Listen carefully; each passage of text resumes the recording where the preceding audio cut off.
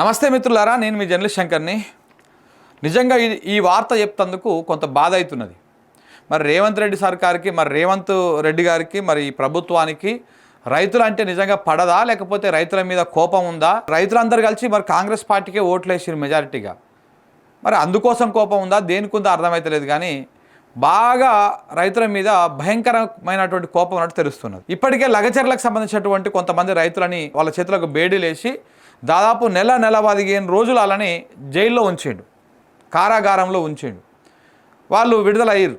వాళ్ళు పోరాటం చేయంగా విడుదలయ్యారు. బీఆర్ఎస్ పార్టీ కూడా బాగానే వాళ్ళ కోసం ఫైట్ చేసింది. ఇప్పుడు సేమ్ అట్లనే మరొక దగ్గర కూడా 12 మంది రైతులకు బేడీలు వేసి వాళ్ళని జైలుకు పంపించింది.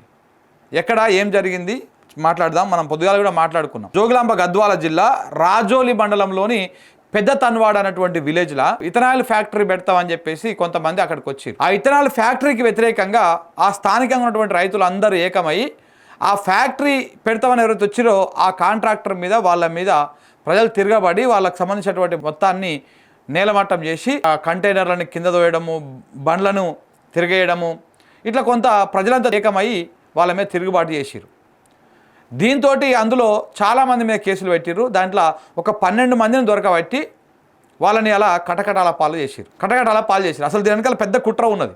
ఆ కుట్ర ఏందో మనం మాట్లాడుకుందాం. ఏపీ ముఖ్యమంత్రి ఉన్నారు కదా చంద్రబాబు నాయుడు గారు, ఆయనకు చాలా అత్యంత దగ్గరి వ్యక్తి అయినటువంటి ఆప్తుడైనటువంటి టీడీపీ నాయకుడు శ్రీనివాసులు జబ్బల, అలాగనే శ్రీసాయి జబ్బల, ఈ టీడీపీ నాయకులకు సంబంధించినటువంటి కంపెనీ ఆడబెట్టేటువంటి కంపెనీ. అంటే ఆంధ్ర చంద్రబాబు నాయుడు కంపెనీ, అలా దగ్గర వ్యక్తుల కంపెనీ కోసము తెలంగాణలో ఉన్నటువంటి రైతులు బేడీలు వేసుకొని అలా జైలు పాలయ్యారు. అది కాంగ్రెస్ ప్రభుత్వ హయాంలో. రేవంత్ రెడ్డి గారి సొంత జిల్లా ఇది. ఉమ్మడి పాలమూరు జిల్లాలోనే జోగులాంబ గద్వాల అంటే. ఆయన సొంత జిల్లాల చంద్రబాబు నాయుడు అనుచరుల కోసము, వాళ్ళ దగ్గర వ్యక్తుల కోసము తెలంగాణ రైతులు ఇలా జైలు పాలయ్యారు. ప్రజలారా ఒకసారి అర్థం చేసుకోండి, ఎవని పాలయ్యిందిరా తెలంగాణ, ఎవడేళ్తున్నాడు రా Telangana. Gayatri industries renewable fuel and allied private limited అనేటువంటి కంపెనీ అక్కడ ఈ ఇథనాయిల్ ఫ్యాక్టరీని ఏర్పాటు చేస్తా ఉంది. దీనికి వ్యతిరేకంగా వాళ్ళు నిన్న పోయి ఆందోళన చేసిర్రు. ఊరంతా ఏకమయ్యి ఆందోళన చేసి అక్కడ ఉన్న అందరినీ తరిమి కొట్టింది. పోలీసులు కూడా అక్కడికి వచ్చడానికి కంట్రోల్ కాలేదు. పోలీసులు కూడా రైతుల మీద భయంకరంగా లాఠీచార్జ్ చేసిర్రు. లాఠీచార్జ్ చేసి చివరికి మళ్ళీ రైతులనే అరెస్ట్ చేసి ఇప్పుడు 12 మందిని లోపలికి పంపించారు. ఎవరెవరు పంపించారో రిమాండ్ రిపోర్ట్ వచ్చింది మన దగ్గరికి. ఆ రిమాండ్ రిపోర్ట్లో ఉన్నటువంటి వాళ్ళ పేరు చదువుతాం మిత్రులు. చూడండి. బోయ శిన నరసింహులు అంటే ఆయన A6, ఆయనను అరెస్ట్ చేసిర్రు. ఇంకా కొనకాల నరసింహ, ఈయన A9 అంట, ఈయనను అరెస్ట్ చేసిర్రు. రైతులని వీళ్ళందరినీ జైలుకు పంపించారు ఇవాళ. బోయ భరత్ కుమారు A28, కుర్మ చిన్న నరేంద్ర, ఈయన అక్యూజన్ నెంబర్ 29, ఈయనను కూడా జైలుకు పంపించిర్రు. నల్లబోతుల కాటం సన్నాఫ్ దేవుడు, నల్లబోతుల కాటం సన్నాఫ్ దేవుడు, ఈయన కూడా ఒక రైతు, 25 సంవత్సరాల యువకుడు. A30గా అక్యూజ్డ్ నెంబర్ 30గా చూపించి ఈయనను కూడా అరెస్ట్ చేసి జైలుకు పంపించిర్రు. ఇక తెలుగు పరశురాముడు, ఈయనను కూడా అరెస్ట్ చేసి జైలుకు పంపించిర్రు. తెలుగోళ్ళు. ఈడిగా శివగౌడు, ఈయనను అరెస్ట్ చేసిర్రు. ఈ యువకుని అరెస్ట్ చేసి జైలుకు పంపించారు. 21 సంవత్సరం అబ్బాయికి. ఇక నాయకి తిప్పారెడ్డి A33గా చూపించి ఆయన కూడా అరెస్ట్ చేసి జైలుకు పంపించారు. బోయ సూర్యప్రకాష్ సన్నాఫ్ నాగన్న, 21 సంవత్సరాలే పిల్లగాడు, చిన్న అబ్బాయి, A34గా అక్యూజ్ నెంబర్ 34గా చూపించి ఆయనను కూడా జైలుకు పంపించారు. కుర్వ భీమన్న సన్నాఫ్ మారప్ప, 34 సంవత్సరాలు, మధ్య వయస్కుడు, యువకుడు, ఈయనని A35గా చూపించి ఈయనను కూడా జైలుకు పంపించారు. ఇప్పుడు 12 మందిని రిమాండ్ చేసిరుగా. 12 మందిలో ఈ 10 మంది ఉన్నారు. ఇంకా మనోహర్, ముసిగ్నాతి మనోహరు, ఆయనను కూడా జైలుకు పంపించారు. 20 సంవత్సరాలే పోరగాడు. ఇక యాసన్న 40 సంవత్సరాల మధ్య వయస్సు ఉన్నాడు. ఆయన అక్యూజ్ నెంబర్ 40 కింద చూపించి ఈయనను కూడా జైలుకు పంపించారు. మొత్తం 12 మందిని జైలుకు పంపించారు. కంప్లైంట్ చేసింది ఎవరు తెలుసా? ఇలా ఆ కంపెనీ వాళ్ళు కంప్లైంట్ చేశారు. ఆ కంపెనీకి సంబంధించినటువంటి ఆ గాయత్రి కంపెనీ ఉంది కదా, అగో గాయత్రి కంపెనీకి సంబంధించినటువంటి ఆయన బి మంజునాథ్ అంట, son of late B Gangulappa complaint చేసిండు వీళ్ళ మీద.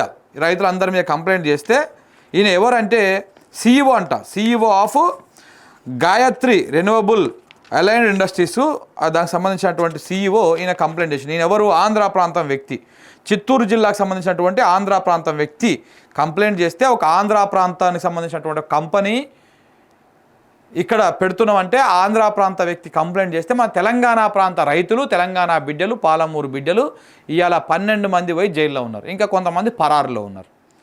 ఇది తెలంగాణ రాష్ట్రంలో ప్రజాపాలన, ఇందిరమ్మ రాజ్యం, లొటపిస్ రాజ్యం. ఈ రకంగా దుర్మార్గంగా వ్యవహారం చేస్తూ ఉన్నారు. మరి రేవంత్ రెడ్డి గారు దీనికి సమాధానం చెప్పాలి. రేవంత్ రెడ్డి గారు సమాధానం చెప్పాలి. ఈ ఫ్యాక్టరీ వల్ల ఎవరికి ఉపయోగం సార్? మీకు ఈ ఫార్మా కంపెనీలు, ఈ ఇథనాయిల్ ఫ్యాక్టరీలు ఇవి తప్ప ఇంకేం కనపడతలేవా? గ్రీన్ఫీల్డ్ రోడ్లు, గోశాలలు, లేకపోతే ఔటర్ 666, లేకపోతే ఇంకోదేమో సిటీ ఉండేనాయా, AI సిటీ, 4th సిటీ, మన రేవంత్ రెడ్డి సిటీ. ఈ సిటీలు తప్ప, ఇవి తప్ప ప్రజలకు అక్కడికి వచ్చేదో, రైతులకు అక్కడికి వచ్చేదో ఇదేం ఉండవు. ఏదైనా ఇరిగేషన్ ప్రాజెక్టు మీదనో ఎంత స్పీడ్గా పనులు జరుగుతలేవు రాష్ట్రంలో. ఈ ఇథనాయిల్ ఫ్యాక్టరీ ఎవరికి అక్కడికి వచ్చేది? ఆ ప్రాంతంలో ఉన్నటువంటి భూములన్నీ కలుషితం అయిపోతాయి. నీళ్లు, గాలి, భూమి అన్నీ ఖరాబ్ అయిపోతాయి. అక్కడ మనుషుల జీవనం కూడా కష్టమైపోతుంది. అలాంటి కంపెనీలు, విషాన్ని వెదజల్లేటువంటి కంపెనీలు, పచ్చటి పొలాలు, అద్భుతంగా ఉన్నటువంటి పచ్చటి పంట పొలాలు ఆగమైపోయేటువంటి కంపెనీలను తీసుకొచ్చి ఆడ పెట్టేసి ఇలా రైతులను మీ భూములు ఇవ్వండి అంటే ఎందుకు ఇస్తారు చెప్పు? నువ్వు ఇస్తావా ఆ భూమి? నీ ప్యాలెస్ ఇల్లుని రాసిస్తారా? తెలంగాణ రైతులు తలా రూపాయి వేసుకొని ఎన్ని కోట్లైనా కడతాం మేము, దానికి తలా ఇంత వేసుకొని కడతాము. ఆ ప్యాలెస్ను మీరు రాసిస్తారా? ఇవ్వండి ఉన్న పొలంగా అంటే అడ్డికి పౌచర్ అడుగుతాం, ఇస్తారా? గవర్నమెంట్ లెక్క ప్రకారం అడుగుతాం, ఇస్తారా?